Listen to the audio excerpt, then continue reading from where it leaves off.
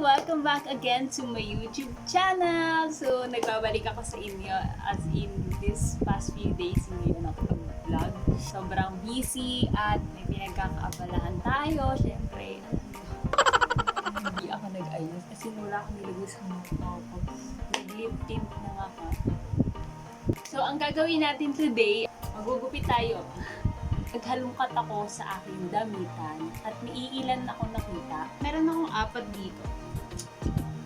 Magugupit tayo at alam ko na trending to sa mga social media, Facebook. And naisip ko na mag-try din, which is hindi ginagawa. So, may ginagawa din ako. Pero, i-vlog lang yung natin at may mga content.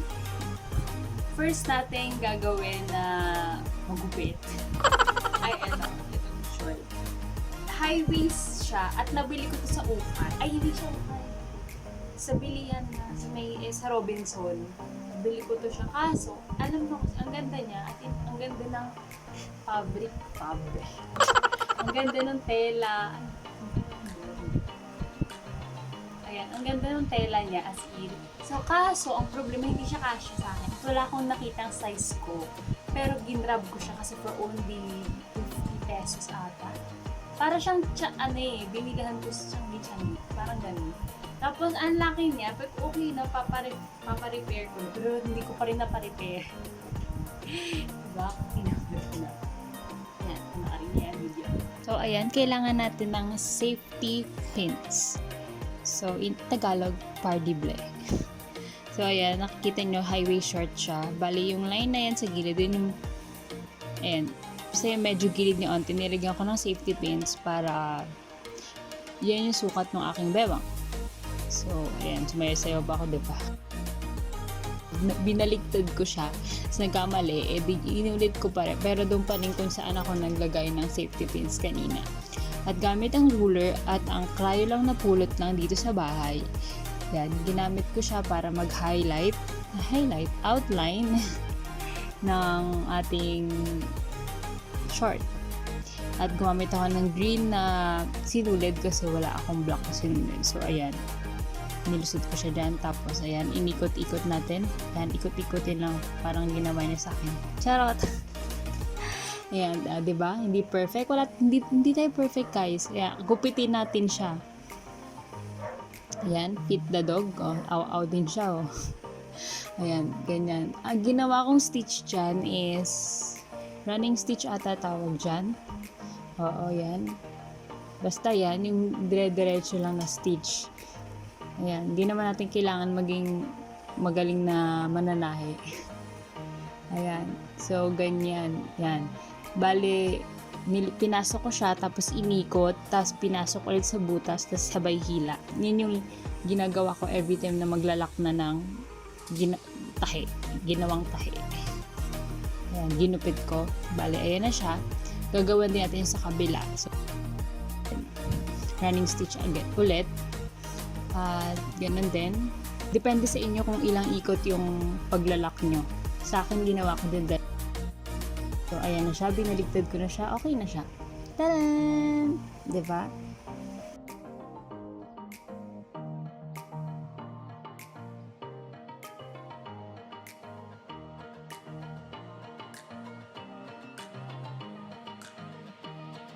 Next naman natin gagawin, ewan kung tawag, basta ito, matagal na to, sa nanay ko po. Ayan, isa siyang sweatshirt. Ayan. Papakita ko sa inyo, pinaka-actual na picture. Tapos, ang gusto ko siya gawing crop top, at medyo loose yung part dito, tapos dito is crop top. So, ayan. At syempre, itong maganda yung tela din nito as in sobrang cotton. And yung ganito niya, pwede natin siya takpan using your DIY patches. Meron akong ganyan. May nabili din akong ganyan. Panoorin mo niya dito. Itong sweatshirt, ayan. Mukha akong matutulog, diba? Nilinya ko siya. Nakikita nyo, ayan. Yung gamit na color natin. At ayan, kinugupit ko na siya. Bale, tapos, ayan yung DIY patches ko. na natitira na nabili ko. Bali, ayan, kung ano bang meron dun. Basta yan, tinakpan ko siya para hindi halata. So,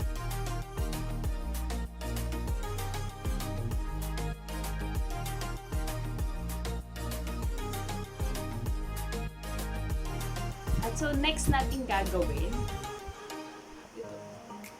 Ayan, kay mama din to. Alis lahat kay mama. Kasi di nakasya kay mama. So, ayan. Ganito din siya. Botones, ganyan. At hindi ko siya ginagamit kasi parang pilit matanda. So, ang gagawin ko din dito is gagawin ko ang top. Gugupitin ko siya. Tapos, ayun, mag-insert na ako sa damit sa loob. Basta ganon. Panoorin niyo na lang. Ayan siya. Para lang siyang blazer or card. Tapos, binotones ko siya para maging maayos. So, 1, 2, 3, 4. Apat na, pang-apat na botones simula sa una. Yan yung linya kung saan ako magka-cut. So, ayan. Nakat ko na.